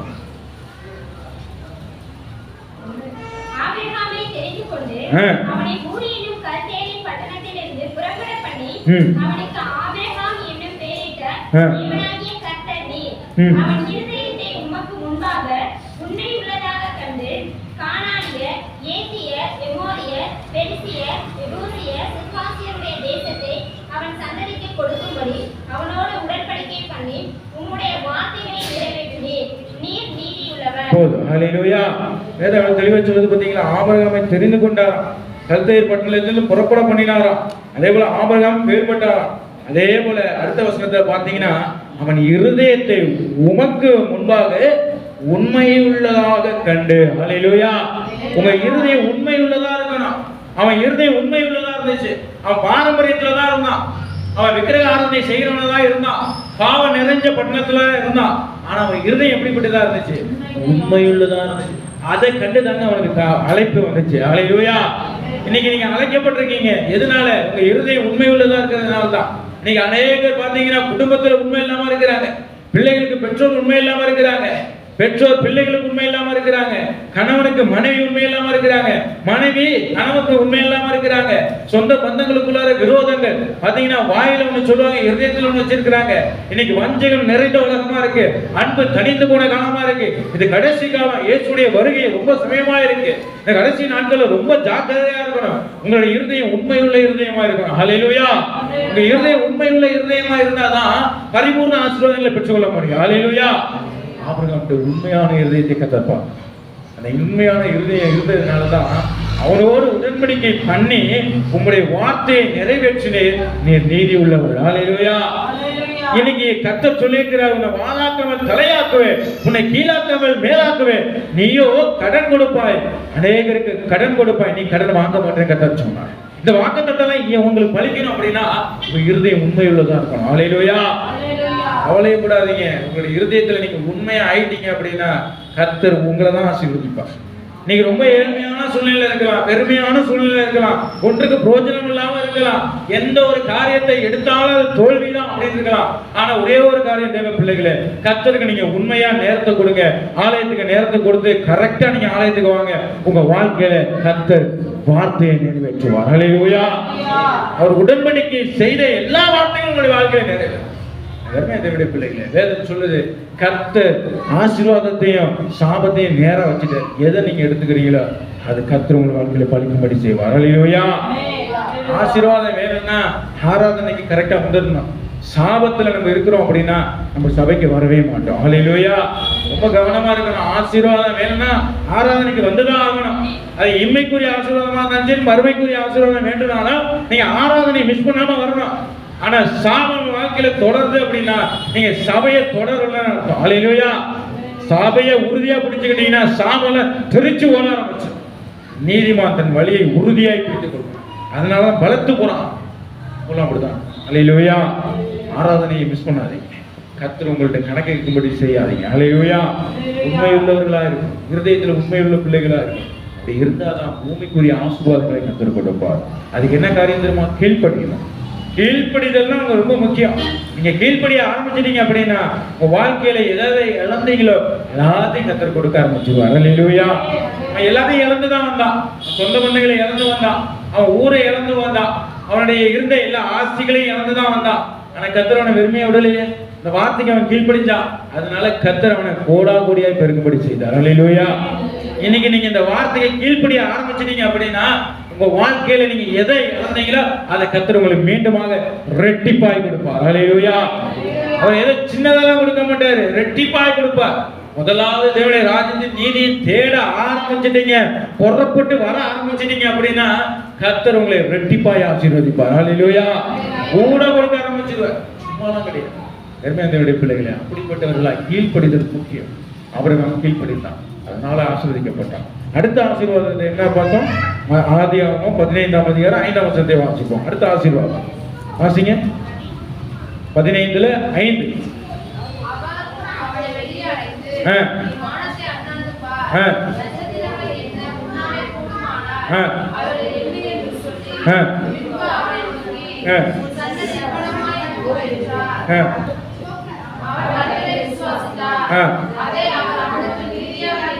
போதும். ஹல்லேலூயா. விசுவாசிக்கணும். இதுதான் முக்கியம். என்ன சொன்னாரு? வானத்தை அண்ணாந்து பாரு, இப்படி இருக்கும் அப்படின்னு. இன்னைக்கு நம்மளும் அதான் சொல்லிட்டு இருக்கேன். சொல்றோம், பாவத்தை விடுங்க, பரிசுத்தமாய் வாழுங்க, தேவனுக்கு நேராய் உண்மையா இருங்க, குடும்பத்தில் உண்மையா இருங்க, வேலை ஸ்தலத்தில் உண்மையா இருங்க, சபைக்கு உண்மையா இருங்க, பரிசுத்தமாய் வாழுங்க, வானத்து நட்சத்திரங்களை போல கர்த்தர் திரளாய் பெருகும்படி செய்வார் என்று சபையை சொல்லுது. ஹல்லேலூயா. அது என்ன வானத்து நட்சத்திரங்கள் போல? தேவனுடைய வருகை வரும் பொழுது கர்த்தரோடு நம்ம பயணம் சென்று வானத்துல நம்ம இருப்போம். ஹல்லேலூயா. ஆவிக்குரிய ஆசீர்வாதம். எனக்கு அதுவே தேவனுடைய பிள்ளைகளே, சபை எதுக்கு தெரியுமா? உங்களை மனவாட்டியை ஆக்கி மணவாளன் வரும் பொழுது மனவாட்டியா உங்களை கொண்டு போட்டுருக்குது. ஹல்லேலூயா. ஆபிரகாம் சொன்ன காரியம் என்ன தெரியுமா? வானத்து நட்சத்திரங்களை மேல பார்ப்பா, அது போல சந்ததி பெருகும் அப்படின்னா இது ஆவிக்குரிய ஆசீர்வாதம். நம்ம தான் அது. இந்த ஆசீர்வாதத்தை நம்ம பெறணும் அப்படின்னா விசுவாசிக்கணும். இயேசு மீண்டும் வருவா. பாவத்தை விட பரிசுத்தமாய் வாழு. தேவ எக்காலம் தொனிக்கும். ஒரு நொடி பொழுதுல எல்லாரும் மறுரூபப்படுவோம். மரித்தோர்கள் முதலாவது எதிர்ப்பார்கள். நம்ம உயிரோட இருக்கிற நாமும் மறுரூபப்பட்டு கர்த்தரோடு எடுத்துக்கொள்ளப்படுவோம்னு சொன்ன அந்த வார்த்தையை நீ விசுவாசிக்கணும். அப்படி விசுவாசித்தாதான் நீ வானத்தில் நட்சத்திரமா இருப்ப. ஹல்லேலூயா. அதை அவர் விசுவாசிச்சாருங்க. ஆபிரகாம் விசுவாசிச்சார். இன்னைக்கு ஆபிரகாமுடைய பிள்ளைகள் நம்மலாம். எனக்கு என்ன தேவனுடைய பிள்ளைகள் விசுவாசம் உள்ளவர்களாய் கர்த்தர் இயேசு கிறிஸ்துவை விசுவாசிக்க ஆரம்பிச்சிட்டாலே ஆபிரகாமுடைய ஆசீர்வாதங்கள் இயேசு கிறிஸ்துவின் மூலமாய் உண்டாயிருக்கான். இயேசு கிறிஸ்துவை நீங்க விசுவாசிச்சீங்கனாலே ஆபிரகாமுடைய சந்ததியா நீங்க மாறிடுவீங்க. ரொம்ப கவனமா இருக்கீங்க. வானத்து நட்சத்திரங்கள் ஆசீர்வாதங்கள் வேணும் அப்படின்னா வார்த்தையை விசுவாசிக்கணும். வார்த்தையை விசுவாசிக்கணும். ஒண்ணுமே இல்லைனாலும் பரவாயில்ல, என்ன ஆசீர்வதிப்பான். ஹல்லேலூயா. நீங்க அந்த வார்த்தையை விசுவாசிச்சீங்க அப்படின்னா உங்க வீட்டுல இருக்கிற மாவு தொட்டி குறையவே குறையாது. ஹல்லேலூயா. மாவு பிசைக்கிற தொட்டி குறையாது, உன் எண்ணெயும் குறையாது. உன் வாழ்க்கையில எதை இழந்தே அதை கர்த்தர் ஆசீர்வாதமாக கொடுப்பார். ஹல்லேலூயா. தேவனுடைய பிள்ளைகள், நான் ரொம்ப கவனமா உங்களுக்கு சொல்றேன், வார்த்தையை விசுவாசிங்க, வார்த்தையை ஏற்றுக்கொள்ளுங்க, வார்த்தையின்படி வாழுங்க. ஹல்லேலூயா. வார்த்தையின்படி வாழ ஆரம்பிச்சிட்டீங்கனாலே சாட்சியுள்ள வாழ்க்கை தாங்க விசுவாசமான வாழ்க்கை. உங்க வாழ்க்கையில சாட்சியுள்ள வாழ்க்கை வாழும். சாட்சியுள்ள வாழ்க்கை தான் விசுவாசத்தின் பாதையே. அதை விட்டுவிட்டு வார்த்தையை கேட்டுட்டு மனமோன வாழ்க்கை வாழக்கூடாது. ஒரு சில பேர் தவறா எடுத்துக்காதீங்க. ஒரு சில பேர்த்தோடைய காரியங்களை நான் பார்க்கும்போது செல்போன்ல ஸ்டேட்டஸ் பார்த்தீங்கன்னா எடுத்தோன்னா ஆண்டவரோட பாட்டு வைக்கிறாங்க, அடுத்து பார்த்தீங்கன்னா உடனே சினிமா பாட்டு. இது அனல் இல்லாம குளிர் இல்லாம இருக்குது. அப்படி இருக்கக்கூடாது. எனக்கு எதுவும் தேவனுடைய பிள்ளைகள், அவர் பரிசுத்தம் உள்ள தேவன். சினிமா பாட்டு வச்சிருந்தா ஆண்டவருடைய பாட்டு வச்சுட்டு அதுல ஆசீர்வாதம் வந்துருச்சு, அடுத்து நீங்க சினிமா பாட்டு வச்சா யார் வருவா? பிசாசு வந்து உட்காந்துக்குவான். பிசாசு வர இடத்துல ஆண்டவர் இருக்க மாட்டார். அவர் துக்கப்படுவா, மனஸ்தாபப்படுவா. அநேகருடைய வாழ்க்கையில இயேசுவாவை ரொம்ப மனஸ்தாபப்படுத்திட்டு இருக்கீங்க. எனக்கு எதுவுமே தேவனுடைய பிள்ளைகளே, இந்த இருதயத்துல இயேசுவாவுக்கு மட்டும்தான் இடம் கொடுக்கணும், பிசாசுக்கு இடம் கொடுக்க கூடாது. உங்களுக்கு மனவேதனை கொடுத்தா தேவனுடைய வார்த்தையும் பாட்டு வைங்க. எனக்கு எதுவும் தேவனுடைய பிள்ளைகளே, ஒரே வழியில போகணும். வேதம் அதான் சொல்லுது, நீதிமான் தன்னுடைய வழியில உறுதியா இருக்கிறான். ஏன் நம்மளுடைய இருதயம் உறுதியற்றதா இருக்கு? அப்படி இருக்கக்கூடாது. இன்னையில இருந்து முடிவு எடுங்க. உங்க ஸ்டேட்டஸ் பார்க்கும்போது நீங்க என்ன மனநிலைமையில இருக்கிறீங்கன்னு அர்த்தம். அதுக்கு பேரு இன்னைக்கு ஸ்டேட்டஸ் என்ன, நீங்க என்ன கேட்டகரியில இருக்கிறீங்கன்னு அர்த்தம். அதுவே உங்களுக்கு தெரியாம இருக்கு. இன்னைக்கு உங்களுடைய ஸ்டேட்டஸ் அநேகர் பார்க்கும் பொழுது, அதை பார்க்கும்போது மனமாற்றம் ஏற்படணும். பாவத்துல போய் விழக்கூடாது. நம்மளும் இப்படி ஒப்பமே அப்படின்னு வைக்க கூடாது. வார்த்தையை வைக்கணும். வார்த்தை நீங்க வைக்கணும். என்ன வைக்கணும்? என் நாமத்தினால எதை கேட்டாலும் தருவேன்னு சொல்லும் போது அவங்க பார்க்கும்போது, அப்ப இயேசுவோட கேட்டா எல்லாம் கிடைக்குமோ அப்படின்னு சொல்லி அவங்க தேடணும். பாவத்தை விட அப்படின்னு வைக்கணும். என்ன பிள்ளைகள், அப்படிப்பட்ட காரியங்களை நீங்க வைக்கணும். அதை விட்டுட்டு நம்ம ஆண்டவரையும் வச்சுட்டு விக்கிரகத்தையும் வச்சுட்டு இருந்தா அந்த இடத்துல அது வரவே மாட்டார். தெய்வ பிள்ளைகள் ரொம்ப கவனமா இருக்கும். நம்ம ஒவ்வொரு காரியத்திலுமே இயேசு கிறிஸ்துவை பிரதிபலிக்கும். ஒவ்வொரு காரியத்திலுமே நம்ம கர்த்தருடைய வார்த்தையின்படி நடக்கும். அதுதான் விசுவாச வாழ்க்கை. அநேக சபையில பார்த்திருக்கீங்களா? நல்ல கவனமா கேளுங்களேன். ரோமன் கேத்தலிக்ல பாத்தீங்கன்னா என்ன சொல்லுவாங்க? நாங்கள் அந்த சபை உறுப்பினர்கள். ஒவ்வொரு காரியத்துல டிஎஸ்சி சபை, சிஎஸ்சி சபையில பாத்தீங்கன்னா நாங்க அங்கத்தினர்கள் சொல்லுவாங்க. ஆனா சபையில இருக்கிறவங்களுக்கு மட்டும் என்ன பேர் தெரியுமா? என்ன சொல்லுவாங்க? நாங்க அந்த சபை விசுவாசி. அல்லேலூயா. விசுவாசின்னு பேர் எடுத்திருக்கிறோம். விசுவாசிக்கிற பிள்ளைகளா இருக்கணும். அல்லேலூயா. நம்ம அங்கத்தினர் உறுப்பினர்கள் கிடையாது. நம்ம எல்லாம் பரலோகத்தின் விசுவாசிகள். அல்லேலூயா. விசுவாசம் உள்ள பிள்ளைகளா நம்ம காணப்படும். நம்ம அப்படிப்பட்ட பிள்ளைகள் எப்படிப்பட்டவர்களா இருக்கணும் தெரியுமா? நம்மளுடைய பேச்சு, நடை, உடை, பாவனை, ஸ்டேட்டஸ் வைக்கிறதுல எல்லா காரியத்திலும் இயேசு நீங்க முன்னாடி வச்சீங்கன்னா உங்க வாழ்க்கையில எந்த இடத்துல கீழே கிடக்குறீங்களோ அந்த இடத்துல இருந்து அவர் எடுத்து உங்க சிங்காசனத்துல உட்காரப்பாரு. அல்லேலூயா. தாவீதும் அப்படித்தாங்க ஓரமா கிடந்தாரு. யாருமே மதிக்கலங்க. அவங்க அண்ணன் தம்பி மதிக்கலங்க. அவங்க தகப்பனார் மதிக்கல. நான் போன வாரம் சொன்னது போலதான் சாமுவேல் தீர்க்கதரிசி தான் தாவீதையே ஞாபகப்படுத்துறாரு அப்பாவுக்கு. எப்பா இவ்வளவுதான் உனக்கு பிள்ளையா, இன்னொரு பிள்ளை இருக்கான்னு கேட்கிறாரு. அப்பதான் அவங்க அப்பாவுக்கு ஞாபகமே வருது. இன்னைக்கு நம்மளுடைய குடும்பத்திலேயும் அநேகர் நம்மளுக்கு ஞாபகம் மறந்து இருக்கிறாங்களா? வெட்கப்பட்டு இருக்கிறீங்களா? கேவலப்பட்டு இருக்கிறீங்களா? ஒதுக்கப்பட்டு இருக்கிறீங்களா? ஒரே ஒரு காரியம் மட்டும் நான் சொல்றேங்க. யாரையும் பார்த்து நீங்க ஃபீல் பண்ணாதீங்க நம்மளை ஒதுக்கிட்டாங்களே அப்படின்னு. நீங்க ஆண்டவர் உயர்த்திக்கிட்டே இருங்க. என் தேவன் இருக்கிறார், எனக்கு யாருமே இல்லைனாலும் பரவாயில்ல, என் இயேசு என்னோட இருக்கிறாருன்னு நீங்க சொல்லுங்க. இயேசு எப்படி சிங்காசனத்துல போய் உட்கார்ந்தாரோ அதே போல கர்த்தர் உங்களை எல்லா இடத்துல சிங்காசனத்துல உட்கார வைப்பார். அல்லேலூயா. இதுதாங்க அவருக்கு பிடிச்சது. அவர் எந்த இடத்துல நம்ம வெட்கப்பட்டிருக்கோமோ அதே இடத்துல உயர்த்துவோம். அவரை நீங்க உயர்த்த உங்க வாழ்க்கையில நீங்க உயரடைவீங்க. அல்லேலூயா. நீங்க அதை தான் பண்ண மாட்டோம். நம்ம உடனே ஆறுதலுக்கு எதை தேடி போறோம்? சினிமாவை தேடி போறோம், ஒரு மனுஷனை தேடி போறோம். அப்படி போகாதீங்க. பிசாசுகளை இழுத்து கொண்டுட்டு போயிட்டே இருப்பான். உங்க பிரச்சனை தீரவே தீராது, உங்க வேதனை தீரவே தீராது, உங்க போராட்டம் தீரவே தீராது. நீங்க இன்னும் அழுகையான பாடல்களை வச்சுக்கிட்டே இருக்க வேண்டியதான். ஆண்டவருடைய பாட்டை வைக்க ஆரம்பிச்சிட்டீங்க அப்படின்னா உங்க பாடுகள்லாம் லேசாய் கடந்து போயிடும். அல்லேலூயா. எங்கேயும் கொண்டு போயிருவாருங்க. அவருடைய ஆசையே அதுதான். மகளே தேடி வா, மகனே தேடி வா, நான் உனக்கு இளைப்பாறுதல் தரேன், நான் உன்னை உயர்த்துறேன் அப்படிங்கிற. அதை நம்ம தேடி போக மாட்டோமே. நிரந்தரமற்ற சுகத்துக்காக, நிரந்தரமற்ற ஒரு சந்தோஷத்துக்காக, நிரந்தரமற்ற வேதனை தீக்கிற காரியத்துக்காக நம்ம போறோம். ஆனா எப்போயுமே நிரந்தரமாய் சுகம் கொடுக்கிற தேவனை தேடி நம்ம போகவே மாட்டோம். இன்னிலிருந்து முடிவெடுங்க, விசுவாசிங்க. கர்த்தர் உங்களை வானத்து நட்சத்திரங்களை போல கர்த்தர் திரளாய் பெருகும்படி செய்வார். அல்லேலூயா. அடுத்ததாக சொல்லப்பட்டிருக்கு, அதுக்கு முதல் காரியம் பூமியில உள்ள தூளை போல பூமிக்குரிய ஆசீர்வாதம் வேணும்னா நீங்க கீழ்ப்படியணும். வானத்துக்குரிய ஆசீர்வாதம் வேணும்னா நீங்க விசுவாசிக்கணும். அல்லேலூயா. ரெண்டு காரியமே வந்தாலும் நமக்கு கடைசியா ஒரு சோதனை வரும். சோதனையை நம்ம சகிக்கணும். அல்லேலூயா. வேதத்தை வாசி பார்த்தீங்கன்னா எடுத்துக்கொள்ளுங்க, வேதத்தை எடுத்துக்கொள்ளுங்க வேகமா.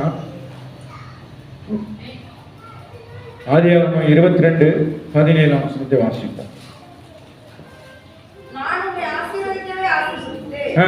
சந்ததியை வானத்து நட்சத்திரங்களைப் போலவும் கடற்கரை மணலைப் போலவும் பெருகவே பெருக பண்ணுவேன் என்று உன் சந்ததியார் தங்கள் சத்துருக்களின் வாசல்களை சுதந்தரித்துக் கொள்வார்கள் என்று நீ என் சொல்லுக்கு கீழ்ப்படிந்தபடியால் உன் சந்ததிக்குள் பூமியில் உள்ள சகல ஜாதிகளும் ஆசீர்வதிக்கப்படும் என்று என் பேரில் ஆணையிட்டேன் என்று கர்த்தர் சொல்கிறார். அல்லேலூயா.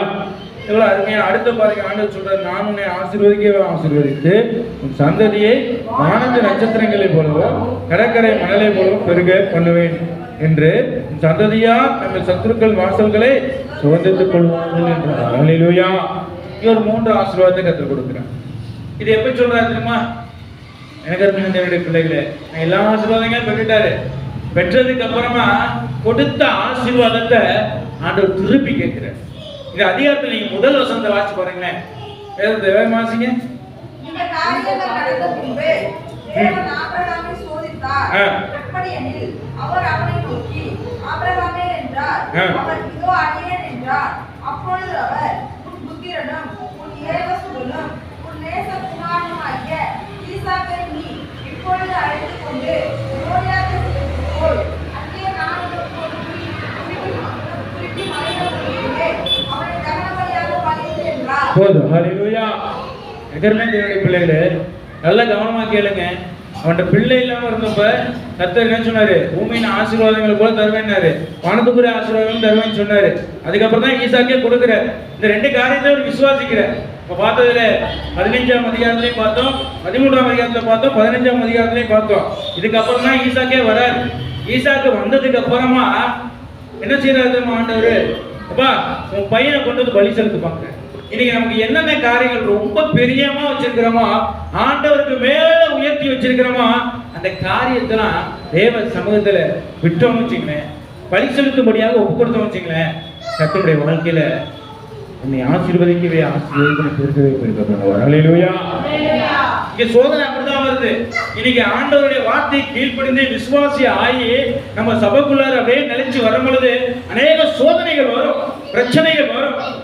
ஆனா அதுல நிலைச்சு நிக்கணும். ஒரு பிரச்சனை உடனே வந்துருச்சுன்னா அப்படியே சோர்ந்து போயிடக்கூடாது. என்னப்போ அப்படின்னு விழுந்துடக்கூடாது. ஒரு வியாதி வந்துருச்சுன்னா உடனே சுடங்கிடக்கூடாது. சபைக்கு வரணும், ஆராதனைகளை கலந்து கொள்ளணும், சோர்ந்து போயிடக்கூடாது. போவோம், அடுத்த வாரம் போவோம், அப்படி இருக்கக்கூடாது. உங்களுடைய பலவீனத்திலே பலன் பூர்ணமாய் விளங்கும் என்று கர்த்தர் சொன்னார். அல்லேலூயா. ஒரு சோதனை வந்துருச்சுன்னா உடனே சுடங்கி விழுந்துடக்கூடாது. தேவனை நோக்கி கெஞ்ச ஆரம்பிச்சிடணும். இங்க ஆசீர்வாதங்களை பெற்றுக்கொண்டுட்டார். அவரு பெற்றுக்கொண்டதுக்கு அப்புறம் அவருக்கு சோதனை வருது. கொடுத்த ஈசாக்கை பலியிடுறாரு. நீங்க அந்த அதிகாரத்தை முழுவதும் பாத்தீங்கன்னா தெரியும். சோதரம் சிறிய பிள்ளைய குழந்தைய பிறந்தவனே பலியிட சொல்லல, நல்லா தெரியுது. ஈசாக்கை கூப்பிட்டு வரும்போது ஈசாக்கு என்ன சொல்றாரு தெரியுமா? அவங்க அப்பாட்ட கேட்கிறாரு, ஆபிரகாம்கிட்ட, ஆண்டவரே தகப்பனே பலி செலுத்த போறீங்க, ஆடு இல்லையே அப்படிங்கிறாரு. அப்ப விவரம் தெரிஞ்ச பையன் அவன். பிள்ளைங்க ஆசாசையா பிள்ளைய வளர்த்து கடைசியில ஆண்டவர் தான் கொடுத்தாரு. அந்த ஆண்டவரை திரும்பி அவனை கேட்கும் பொழுது நம்ம கொடுப்போமா? இருப்பார் சொல்லுங்க. நீங்க நம்ம பிள்ளைகளை ஒப்பு கொடுப்போமா? அவன் ஒப்பு கொடுக்க துணித்தான். அல்லேலூயா. அதான் கீழ்ப்படிதல். அது மாத்திரம் இல்ல, அவனுக்கு ஒரு விசுவாசம். என்ன விசுவாசம்? பிள்ளைய பலி கொடுத்தாலும் அந்த பிள்ளை திரும்பி உயிரோடு எழுப்புவார். அதான் விசுவாசம். அல்லேலூயா. மாத்திரம் இல்ல, சோதனையில நிலைச்சு நின்னா. இன்னைக்கு நம்மளுடைய வேதனை, நம்ம குடும்பத்துல பிரச்சனைகள் வரும் பொழுது, போராட்டங்கள் வரும் பொழுது ஏசியா கூட இருக்கிறார் அப்படின்னு நினைக்கணும். உடனே நம்ம என்ன பண்ணிடக்கூடாது? அவ்வளவுதான் போல இருக்கு, நம்மளால முடியாத போல இருக்கு, இதுக்கு மேல நம்ம தற்கொலை பண்ணி செத்துடலாமா, ஐயோ நம்ம வாழ்க்கையை முடிச்சுக்கலாமா, அப்படி பேசவே கூடாது. அல்லேலூயா. அது என்னது? தற்கொலை பண்ற ஆவி. அப்படி நம்ம இருக்கக்கூடாது. அது என்ன ஆகுது? நம்ம ஆட்டோமேட்டிக்கா ஆண்டவர் என்ன வாழாக்காமல் தலையாப்பான்னு சொன்ன வார்த்தையை நம்ம விசுவாசிக்கலன்னு அர்த்தம். அப்படி வாழ்க்கையில நித்திய அன்பும் நித்திய பேருக்கும் சந்தோஷமும் நடக்குங்கிற வார்த்தையை நம்ம மறுதளிக்கிறோம்னு அர்த்தம். மறுதளிக்க கூடாது, அவிசுவாசமா இருக்க கூடாது. என்னுடைய பிள்ளைகளே, நீங்க வேதத்துல இருந்து வாசி பார்த்தீங்கன்னா வேதம் சொல்லுது, வாசிங்க. எபிரேயர் 11ஆம் அதிகாரத்துல 17, 18ஆம் வசனத்தை வாசிங்க. நேரத்துல வேகம் வாசிங்க. எபிரேயர் 11ஆம் அதிகாரத்துல 17, 18 வாசிங்க. மேலும் விசுவாசத்தினாலே ஆபிரகாம் தான் சோதிக்கப்பட்ட போது ஈசாக்கை பலியாக ஒப்புக் கொடுத்தார். ஈசாக்கினிடத்தில் உன் சந்ததி விளங்கும் என்று அவனோடே சொல்லப்பட்டிருந்தது. இப்படிப்பட்ட வாக்குத்தத்தங்களை பெற்றவன் மரித்தோரிலிருந்து எழுப்ப தேவன் வல்லவராய் இருக்கிறார் என்றெண்ணி தனக்கு ஒரே பேரானவனையே பலியாக ஒப்புக் கொடுத்தார். போதும். ஹல்லேலூயா. 12ஆம் வசனத்தை திருப்பி வாசிக்கமா. ஈசாக்கினிடத்தில் உன் சந்ததி விளங்கும் என்று அவனோடே சொல்லப்பட்டிருந்தது. இப்படிப்பட்ட வாக்குத்தத்தங்களை பெற்றவன் மரித்தோரிலிருந்து எழுப்ப தேவன் வல்லவராய் இருக்கிறார். அதுதாங்க விசுவாசம். ஹல்லேலூயா. அவர் தெளிவா போட்டுருக்கு பாத்தீங்களா? என்ன சொல்லி இருக்கிறாரு? மரித்தோரிலிருந்து எழுப்ப தேவன் வல்லவராய் இருக்கிறார் என்று எண்ணி. அதான் விஷயம். என் பையன் இறந்தா வெட்டுவேன், துண்டா வெட்டினாலும் பரவாயில்ல.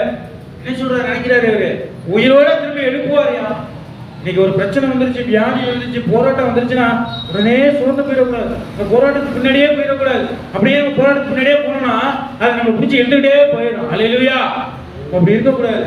உடனே கர்த்தர் அந்த காரியத்துல இருந்து பெரிய விடுதலை கொடுப்பார் என்ற விசுவாசம். சோதனையில நம்ம நிலைச்சு நிக்கணும். நிக்க ஆரம்பிச்சிட்டோம் அப்படின்னா கர்த்தருடைய குடும்பத்தில் இருக்கிற எல்லா பிரச்சனைகளையும் தலைகளாய் மாற்றுவார். ஹல்லேலூயா. நிலைச்சு நின்னா அது மட்டும் இல்ல, நீங்க யாக்கோப்பு 2ஆம் அதிகாரத்துல 21ஆம் வசனத்தை ஒரு வாசிப்போம். வேகமா எடுத்துக்கொள்ளுங்க, நேரம் இல்ல. 2:21.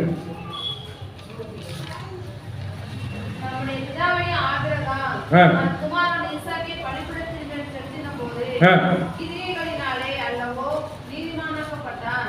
போதும். ஹல்லேலூயா. கிரியைகளை வெளிப்படுத்தணும். புரியுதான்னு சொல்றது? சாட்சி உள்ள வாழ்க்கை தான் அது. நம்ம சபையில எப்படி இருக்கிறோமோ அதே போலதான் வீட்லயே இருக்கணும். நம்ம வீட்டுல எப்படி இருக்கிறோமோ அதே போலதான் வேலையிலேயே இருக்கணும். எல்லா இடத்துலயும் இயேசு பிரதிபலிக்கணும். சில பேர் தான் பாத்துருக்கீங்களா? சபைக்கு வருவாங்க, எல்லா காரியங்களும் செய்வாங்க. ஆனா உலகத்தாரெல்லாம் போகும்போது உலகத்தார் மாதிரியே பேசுவாங்க, உலகத்தாரோடய செயல்படுவாங்க. எல்லாமே அப்படி இருக்கக்கூடாது. தேவ பிள்ளைகளே, இயேசுவை பிரதிபலிக்கணும். ஹல்லேலூயா. கிரியைகளை வெளிப்படுத்தணும்.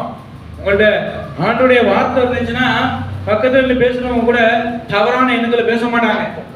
உங்க சபைக்கு போறவங்க உங்க தங்களை காத்து கொள்றாங்க, உங்கள்ட்ட அதெல்லாம் பிடிக்காது, அவங்கள்ட்ட நடந்துக்க கூடாதுன்னு அவங்கள விலகிக்குவாங்க. அதான் கிரியைகளை வெளிப்படுத்துறது. அப்படி கிரியைகளை வெளிப்படுத்துறது தான் சாட்சி உள்ள வாழ்க்கை. ஹல்லேலூயா. இப்படிதான் இருந்தாலும் சோதனையிலிருந்து தப்ப முடியும். உங்க வாழ்க்கை சாட்சி உள்ள வாழ்க்கைய வாழ்ந்தாதான் சோதனை எப்படி வந்தாலுமே அது சாதனையாய் மாறும். ஹல்லேலூயா. இன்னைக்கு சாட்சி உள்ள வாழ்க்கையை வாழும் பொழுதுதான் சாத்தான் வெக்கப்பட்டு போவோம். சாட்சி உள்ள வாழ்க்கையை காட்டும் பொழுதுதான் கர்த்தருடைய வாழ்க்கையில இருக்கிற சோதனையை சாதனையாய் மாற்றுவார். ஹல்லேலூயா. இன்னைக்கு அதுதான் உங்களுக்கு தெரிய மாட்டேங்குது. அன்னைக்கு நமக்கு சோதனை வந்துருச்சு, பிரச்சனை வந்துருச்சு அப்படின்னாலே சோர்ந்து போய் என்ன பண்ணிடுறோம்? நேரா பிசாசுடைய மடியில விழுந்துடுறோம். நம்ம என்ன பண்றோம்? சோதனை வரும் பொழுது தேவனுடைய கரத்துல விழுந்தோம்னு வச்சுங்களேன், கர்த்தருடைய கரங்களை உயர்த்துவார். ஹல்லேலூயா. பெரிய விஷயம். அது மட்டும் இல்ல தேவனுடைய பிள்ளைகளே, வேதத்துல வாசி பார்த்தீங்கன்னா யோபு 23ஆம் அதிகாரத்துல யோபு சொல்றாரு. 10ஆம் வசனத்தை வாசிங்க. வேகமா வாசிங்க. யோபு 23ல 10ஆம் வசனம்.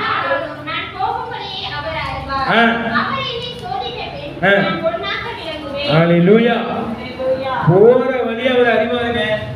அவர் அறிகிற வழியில போகணும். அதுதான் விஷயமே. எந்த வழியில போறோம்? நம்ம பாவ வழியில போறோமா, இச்சையான வழியில போறோமா, அதை நிதானிக்கணும். தேவனுடைய பிள்ளைகளே, நம்முடைய வழி பரிசுத்தமுள்ள வழியா இருக்கணும். நம்முடைய வழி வாசல் தேவனுடைய வார்த்தையா இருக்கணும். சபைக்கு போகணும். அதே அவர் அறிவார். ஹல்லேலூயா.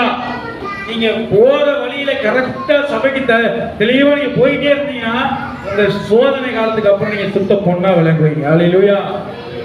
கவனமா இருக்கு. வழி தாங்க ரொம்ப முக்கியம். வழி தேவனுக்கு பிரியமான வழியா. மனுஷனுக்கு தோன்றுகிற வழி, பிரியமான வழி, அது முடிவோ மரணம் வேதம். மனுஷனுக்கு பிரியமாய் தோன்றுகிற வழி அது முடிவோ மரணம் சொல்லுது. உங்களுக்கு பிரியமான வழியில் நீங்க போக கூடாது. தேவனுக்கு பிரியமான வழியில போகணும். தேவனுக்கு பிரியமான வழி என்ன? ஜெபம், வேத வாசிப்பு, சபை கூடுதல், ஊழியக்காரர்களை கீழ்ப்படிதல், கர்த்தருக்கு கீழ்ப்படிதல். இந்த காரியத்துல நீங்க உறுதியா இருக்கும் பொழுது உங்க சோதனை காலத்துக்கு அப்புறமா ஒரு சுத்த பொண்ணா கர்த்தர் மாற்றிடுவார். ஹல்லேலூயா. கவனமா இருக்க தேவ பிள்ளைகளே. ஒரு பொண்ணை மண்ணில இருந்து எடுத்து என்ன பண்றாங்க? நெருப்புல உருக்குறாங்க. அது உருக்க உருக்க உருக்க உருக்க என்ன ஆகுது? நம்முடைய வாழ்க்கையில அப்படிதான். அநேகருடைய வார்த்தைகள், அநேகருடைய காரியங்கள், அநேகருடைய எல்லா பேச்சையும் நம்ம என்ன பண்ணோம்? காயப்படுத்தோம். நெருப்புல உருக்குற மாதிரி தான் இருக்கும். நம்மள அவமானப்படுத்தும். ஆனா அந்த அவமானத்துல நம்ம நினைச்சு நிக்கணும். ஏசப்பாட்ட வார்த்தையில நினைச்சு நிக்கணும். அப்படி வார்த்தையில நினைச்சு நிக்கும் பொழுது ஒரு கட்டத்துல அந்த கொள்ளன் அந்த தங்கத்தை நெருப்புல உருக்கி உருக்கி உருக்கி வெளியில எடுக்கும் போது பசுமொன்னாய் மாறும். ஹல்லேலூயா. இன்னைக்கு நம்முடைய வாழ்க்கை கருகிற மாதிரி தான் இருக்கும், போராட்டம் நிறைந்ததா இருக்கும். ஆனா கர்த்தர் உங்களை கருக விட மாட்டார். பாத்திருக்கீங்களா? கொள்ளை என்ன பண்ணுவான்? நெருப்புல தங்கத்தை வைப்பான், அது கருகிற மாதிரி இருக்கும், தங்க எடுத்து தண்ணியில வைப்பான். அதே மாதிரிதான் ஆண்டவருடைய வாழ்க்கையில உபத்திரத்தை கோயில கொண்டு போய் தான் வைப்பாரு. ஆபிரகாமும் அப்படிதான், யோசேப்பும் அப்படிதான், தாவீதும் அப்படிதான், கொண்டு போவாரு. சோதனை காலம் போகும் தான், ஆனா சோதனை காலத்துல நம்மள அப்படியே எரிச்சிட மாட்டேன், அதை டக்குன்னு எடுத்து ஆசீர்வதிச்சிருவார். ஹல்லேலூயா. சோதனையில நிக்கணும். யோபு சோதனையை சகித்தார். சோதனை சகித்ததுனாலதான் அவர் சுத்த பொன்னாய் வழங்கப்பட்டார். ஹல்லேலூயா. அது மாத்திரமல்ல தேவனுடைய பிள்ளைகள், வேதத்துல வாசிச்சு பாத்தீங்கன்னா யாக்கோபு கடைசியாக வாசிப்போம். யாக்கோபு 1ஆம் அதிகாரத்துல 12ஆம் வசனத்தை வாசிப்போம். சோதனையை சகிக்கிற மனுஷன் பாக்கியவான். அவன் உத்தமனின்று விலகின பின்பு கர்த்தர் தம்மிடத்தில் அன்பு கூறுகிறவர்களுக்கு வாக்குத்தத்தம் பண்ணின ஜீவ கிரீடத்தை பெறுவான். ஹல்லேலூயா. தெளிவா சொல்லுது பாத்தீங்களா? திரும்ப வசனத்தை வாசிக்கணும். சோதனையை சகிக்கிற மனுஷன் பாக்கியவான். அவன் உத்தமன் என்று விளங்கின பின்பு கர்த்தர் தம்மிடத்தில் அன்பு கூறுகிறவர்களுக்கு வாக்குத்தத்தம் பண்ணின ஜீவ கிரீடத்தை பெறுவான். ஜீவ கிரீடத்தை பெறுவோமா? ஜீவ கிரீடத்தை எங்க பெறுவோம்? பரலோகத்துல பெறுவோம். இந்த உலகத்துல பிசாசு அநேக சோதனையை கொண்டு வருவோம். அந்த சோதனையில அகப்பட்டுட்டோம் வச்சுங்களேன், பரலோக ராஜ்யம் நமக்கு கிடைக்காது, ஜீவ கிரீடம் கிடைக்காது. நீங்க உங்கள்கிட்ட இருந்து கத்திட்டு இருக்கிறேன், நீங்க கேட்டுட்டு இருக்கீங்கன்னா எதுக்காக தெரியுமா? நானும் ஜீவ கிரீடத்தை பெற்றுக்கொள்ளணும், நீங்களும் ஜீவ கிரீடத்தை பெற்றுக்கொள்ளணுங்கிறதுக்காக தான் கர்த்தர் இந்த சபையில நம்ம நிலைநாட்டி இருக்கிறார். ஹல்லேலூயா. எப்படிப்பட்ட சோதனை வந்தாலும் சரி, அதை கர்த்தர் சாதனையாய் மாற்றி நம்ம ராஜாக்களாய் மாற்றுவார். ஹல்லேலூயா. சோதனையில நம்ம சகிக்கணுங்க, சுத்த பொண்ணா மாறுவோம். சோதனையில நிலைச்சிருந்தோம் அப்படின்னா ஜீவ கிரீடத்தை நம்ம பெறுவோம். ஹல்லேலூயா. நம்ம வாக்குத்தத்தம் பண்ணி இருக்கிறாரு, ஜீவ கிரீடத்தை தருவேன்னு. ஜீவ கிரீடத்தை பெற்றுக்கொள்ளணும். இன்னைக்கு சோதனை எப்படி வருது தெரியுமா? ஒண்ணு, தேவன் நம்மளை சோதிப்பா. ஏன் அப்படின்னா நம்ம உத்தமத்துல நிக்கிறோமா, கீழ்படுகிறோமா, விசுவாசத்துல நிலைச்சிருக்கிறோமா? இந்த ரெண்டு காரியத்துல நம்ம நிலைச்சிருந்துட்டோம் அப்படின்னா சாதனையை மாத்திடுவார், ஆசீர்வாதத்தை கொடுத்துருவார். இன்னொரு காரியம் பிசாசே சோதிக்கும்.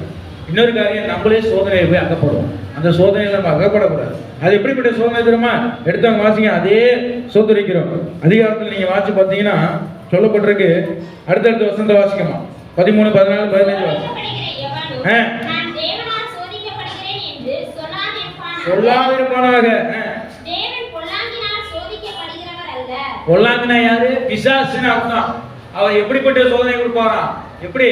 பிசாசால சோதிக்க மாட்டாரு, அவர் வார்த்தையின்படி சோதிப்பாரு. ஹல்லேலூயா. இங்க சோதிக்கப்படுற ஜனங்களை குறித்து வேதம் சொல்லுது. சோதிக்கப்படுறவங்க ஆண்டவரால சோதிக்கப்படுறேன்னு நினைச்சிடக்கூடாது. நீ எப்படி சோதிக்கப்படுற தெரியுமா? பொல்லாங்கானால சோதிக்கப்படுற. வாசிக்கமா? தேவன்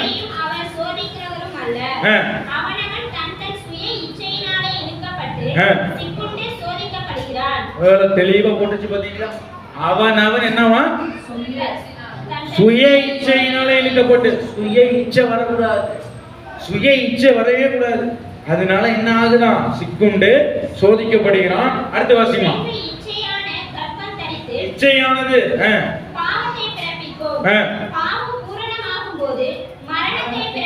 ஹல்லேலூயா. தெளிவா வந்துருச்சு பாத்தீங்களா? உங்களுக்கு வேற தெளிவா போட்டு பாத்தீங்களா? இச்சை இருக்கக்கூடாது, கண்களின் இச்சை இருக்கக்கூடாது. வேதம் சொல்லுது, ஒரு பெண்ணை இச்சையோட பார்த்தாலே என்ன ஆச்சான்? விபச்சாரம் செய்தாயிட்டான், விபச்சாரம் ஆச்சான். கண்ணு இச்சையான கண்ணா இருக்கக்கூடாது. அனைவருடைய பணத்து மேலேயோ, இடத்து மேலேயோ, பொருள் மேலேயோ, மனைவி மேலேயோ, புருஷன் மேலேயோ, பிள்ளைகள் மேலேயோ, எந்த ஒரு காரியத்தின் மேலே இந்த கண்ணு இச்சைப்படக்கூடாது. இந்த கண்ணு இச்சைப்பட்டுச்சுன்னா அது சரீர இச்சைப்படாது. அதான் மாம்ச பிரகாரமான இச்சை, மாம்சத்தின் இச்சை. மாம்சத்தின்படி இச்சை செய்யக்கூடாது. இந்த இச்சைகளை செய்ய ஆரம்பிச்சிட்டோம் அப்படின்னா ஜீவனத்தின் பெருமை வந்துடும். 3 இச்சைகள் இருக்கு. மாம்சத்தின் இச்சை, கண்களின் இச்சை, ஜீவனத்தின் பெருமை. இந்த இச்சையில அவனவன் தன் சுய இச்சையினால் இழுக்கப்பட்டு சிக்குண்டு சோதிக்கப்படுகிறான். இந்த இச்சையிலே நம்ம இருந்தோம் வச்சுங்களேன், பெண் இச்சையானது கர்ப்பம் தரித்து பாவத்தை என்ன பண்ணுமா? பிறப்பிக்குமா? அது என்ன பண்ணும்? பாவம் பூர்ணமாகும் பொழுது அது என்ன மரணம்? அதான் 2ஆம் மரணம். வெளிப்படுத்தின அதிகாரத்தில் சொல்லப்பட்டிருக்கு. 2ஆம் மரணமாகிய அக்கினி கடல். அக்கினி கடலுக்கு போகணுமா? நம்ம இன்னைக்கு சாகுறாங்களே, இந்த சாகுறது, இந்த மரணம் நிரந்தர மரணம் அல்ல, இது இளைப்பாறுதல். இளைப்பாறுதல். ஹல்லேலூயா. அநேகர் இளைப்பாறுதல் இருக்கிறாங்க, அநேகர் பாதாளத்தில் இருக்கிறாங்க. தேவனுடைய பிள்ளைகளே, இரண்டாம் மரணத்தை மட்டும் நம்ம தாக்கு பிடிக்க முடியாது. அது அக்கினி கடல்ல இருக்கும், நரகம். தேவனுடைய நியாய தீர்ப்பு நாள்ல அது நடக்க கிடைக்கும். நீங்க பாவத்திலே கிடந்தீங்கன்னா பாவம் என்ன ஆகும்? அது இச்சை கர்ப்பம் தரிக்கும். அது கர்ப்பம் தரிச்சுன்னா என்ன ஆகும்? அது பாவமாகும்.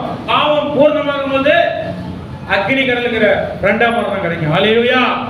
நீங்க வார்த்தைக்கு கீழ்ப்படிந்து விசுவாசத்தை நிலைத்திருந்து சோதனையை சகித்து நீங்க வார்த்தையின் பிள்ளையா இருந்தீங்கன்னா, அன்று மாதா மரியாளுடைய வயிற்றில வார்த்தை கர்ப்பம் தரித்தது போல உங்களுடைய இருதயத்தை வார்த்தை கர்ப்பம் தரிச்சுச்சுன்னா நீங்க கர்த்தருடைய பரலோக ராஜ்யத்துல ஜீவ கிரீடத்தை பெற்றுக் கொள்வீங்க. ஹல்லேலூயா. ஜீவ கிரீடத்தை பெற்றுக்கொள்ளணும் அப்படின்னா சோதனையை சகிக்கணும், விசுவாசத்துல நிலைத்திருக்கணும், கீழ்ப்படிந்திருக்கணும். மூணுத்துல நீங்க இருந்துட்டீங்கன்னா பார்த்து உங்களுடைய இருதயத்துல, உண்மையான இருதயத்துல அது கர்ப்பம் தரிக்க ஆரம்பிக்கும். அது கர்ப்பம் தரிக்கும் பொழுது அது பூர்ணம் அடையும் பொழுது பரிபூர்ணமா நீங்க மாறுவீங்க. பரிபூர்ணம் அடையும் பொழுது பரலோகத்தை நீங்க எடுத்துக்கொள்ளப்படுவீங்க. அங்க ஜீவ கிரீடத்தை பெற்றுக் கொள்வீங்க. ஹல்லேலூயா. அதே போலதான் தேவ பிள்ளைகளே, ஆபிரகாம் இப்படிப்பட்டவனா இருந்தான். அவன் கீழ்ப்படிந்ததுனாலதான் இன்னைக்கு அவன் சந்ததியாரை யாரும் தொட முடியல. யூதர்களுக்கு விரோதமாய் எத்தனை நாடு வந்தாலும் ஒண்ணு பண்ண முடியல. மாம்ச பிரகாரமான சந்ததி அவன். ஆவிக்குரிய சந்ததி யாரும் தெரியுமா? நீங்களும் நானும் தான். ஹல்லேலூயா. மனவாட்டி தான். எனக்கு அருமையான பிள்ளைங்க, நீங்களும் நானும் அவரை போல கீழ்ப்படிந்து விசுவாசத்துல நிலைத்திருந்தோம் அப்படின்னா எப்படி இருப்போம் தெரியுமா? தேவனுடைய வருகையில நட்சத்திரங்களா இருப்போம். ஹல்லேலூயா. தேவனுடைய பிள்ளைகளே, எனக்கு அருமையான தேவனுடைய பிள்ளைகளே, அதே போல சோதனை இந்த நாட்கள்ல வாழ்க்கையில வரும் பொழுது கர்த்தர் சாதனையாய் மாற்றி ஜீவ கிரீடத்தை கொடுத்து உங்களை ஆசீர்வதிப்பார். ஹல்லேலூயா. சொல்லி இந்த வார்த்தையை நான் முடிக்கிறேன். கர்த்தர் உங்களை ஆசீர்வதிப்பாராக. ஆமென். ஸ்தோத்திரம். வந்துருங்க. இந்த வார்த்தையை நீங்க கேளுங்க. இந்த ரெண்டு சந்ததி யாரு? இந்த ரெண்டு சந்ததியுடைய ஆசீர்வாதம் நிறைவேறிச்சா அப்படி கூறியதை நம்ம அடுத்த வாரம் பார்ப்போம். கர்த்தர் உங்களை ஆசீர்வதிப்பாராக. இந்த வேளையில கர்த்தர் இந்த நாளிலே சுதரிக்கிறோம் ஜனங்களை கூட்டி சேர்த்திருக்கிறார். தேவ நல்ல ஜபங்களை ஏறெடுக்கும்படி செய்திருக்கிறார். வார்த்தையின் மறைபொருளை கொடுத்திருக்கிறார். ஹல்லேலூயா. சுதரிக்கிறோம். எல்லாரும் வாயில தருங்க. இந்த கடைசி நேரத்தில் கர்த்தரை ஸ்தோத்திரம் செலுத்துவோம். கர்த்தாவே சுதரிக்கிறோம், சுதரிக்கிறோம், சுதரிக்கிறோம். தெய்வமே சுதரிக்கிறோம். எங்களை வழி நடத்துகிறவரே சுதரிக்கிறோம். அப்பா பிதாவே சுதரிக்கிறோம். ஹல்லேலூயா, ஹல்லேலூயா. கர்த்தாவே நாங்கள் வேதத்திலே தியானிச்சோமே, அப்பா பூமியின் தூளை போல பெருக பண்ணுவேன் என்று சொன்னீரே. அதற்கு ஆபிரகாம் கீழ்ப்படிந்தானே தகப்பனே, அதனால அவனை பெருகும்படி செய்தீரே. அப்பா எல்லாரும் வாயில திறந்து சொல்லுங்க. அப்பா நாங்கள் கீழ்ப்படுகிறோம் ராஜா. அப்பா நாங்கள் கீழ்ப்படுகிறோம் ராஜா. எங்கள் தேவைகளை சந்திங்க ராஜா. அப்பா எந்த இடத்துல நாங்கள் வெட்கப்பட்டிருக்கிறோமோ, அப்பா பத்தோ கூட வழி இல்லாமல் இருக்கிறோமோ, எங்கள் கையில் பிரயாசங்களை ஆசீர்வதிங்க. எங்களை உயர்த்துங்க ராஜா. அநேகருக்கு கடன் கொடுக்கும்படி செய்வீங்க. அப்பா எங்களை நிரப்புங்க தகப்பனே. எங்களை உயர்த்துங்க ராஜா. எல்லாரும் வாயை திறந்து புலம்புங்க. தேவ சமூகத்துல புலம்புங்க. அப்பா நாங்கள் உங்களுக்கு கீழ்ப்படுகிறோம் ராஜா. பாவத்தை வெட்டுவோம் தகப்பனே. அப்பா பரிசுத்தத்தை தேடி ஓடுறோம் ராஜா. அப்பா நாங்கள் கீழ்ப்படுகிறோம் தகப்பனே. வார்த்தைக்கு கீழ்ப்படுகிறோம் ராஜா. எங்களை பெருகும்படி செய்வீராக ராஜா. அவருடைய வார்த்தையை விசுவாசிக்கிறோம் தகப்பனே. வானத்து நட்சத்திரங்கள் போல பெருக பண்ணுவீராக. அவாயை பெருகும்படி செய்வீராக. எல்லாரும் வாயை திறந்து சொல்லுங்க. ஏசப்பா அப்பா எங்களை விசுவாசிக்கிறோம் ராஜா. நாங்கள் உங்களை விசுவாசிக்கிறோம் தகப்பனே. எங்களை பெருகும்படி செய்வீராக தகப்பனே. எங்கள் சோதனையிலிருந்து சாதனையை மாற்றுவீராக. ஆவியில் எதிர்த்து போகட்டும். அன்றைய பிள்ளைகளை விரோதமாய் போராடுகிற வெள்ளி சுழி ஆவியில் எதிர்த்து போகட்டும். எல்லா கட்டுகள் அறுக்கப்படட்டும். கைகள் அறுக்கப்படட்டும். வானம் தடுக்கப்படட்டும். தேவ பிரசனம் எதிர்கட்டும். சோதரும் சோதரிகளும் சோதரிகளும் காணிக்கை ஆசீர்வதிங்க. 100 மடங்காய் கொடுங்க. இந்த நாளிலே அப்பா ஆபிரகாமை நாங்கள் தியானித்திருக்கிறோம் தகப்பனே. எங்களுடைய முற்பிதாக்களை நாங்கள் நினைவு கூர்ந்திருக்கிறோம். அவரை நீர் எப்படி ஆசீர்வதித்தீரோ அதே போல எங்களை இந்த வாரம் முழுவதும் வருகிற வருஷத்திலே நாங்கள் வழியை பெருகும்படி செய்யும். எங்களை உயர்த்தும் தகப்பனே. ஜபத்தை ஏற்றுக்கொள்ளும் தகப்பனே. யார் யார் விசுவாசத்தோடு கர்த்தர் சமூகத்தில் ஜெபித்திருக்கிறீர்களோ எல்லாத்தையும் கர்த்தர் மெய்யாகவே உங்களை ஆசீர்வதிப்பார். ஹல்லேலூயா, ஹல்லேலூயா. கர்த்தரை சொல்லுங்க. அப்பா என் கட்டுகளை அருங்கப்பா, என் பாவத்தெல்லாம் மன்னிங்கப்பா. எல்லாரும் ஒப்பு கொடுக்கிறீங்களா? எல்லாரும் ஒப்பு கொடுக்கிறீங்களா? ஒரு நிமிஷம் எல்லாரும் ஒப்பு கொடுங்க. எல்லாரும் ஒப்பு கொடுங்க. எல்லாம் ஆவியில நிரப்பப்படுங்க. சோர்வுகளை எடுத்து போடுங்க, எல்லா மந்தநிலைகளை எடுத்து போடுங்க. ஏனுதானே இருக்க வேண்டாம். உங்க இருதய உண்மையுள்ள இருதயமா மாறணும், பரிசுத்தமுள்ள இருதயமாய் மாறணும். அடியேன் வாக்குல கத்தர் பார்த்துட்டு இருக்கிறார். எல்லாரும் கண்ணீர் விட்டு புலம்புங்க, எல்லாம் புலம்புங்க புலம்புங்க புலம்புங்க. அல்லேலூயா.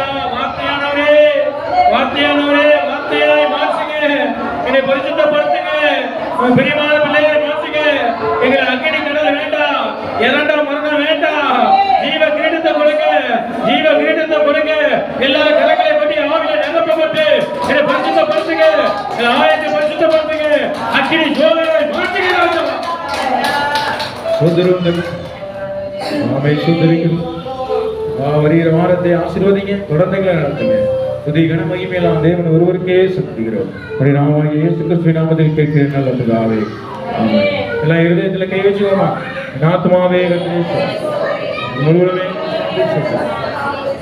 என் ஆத்துமாவே கர்த்தர் செய்த சகல பல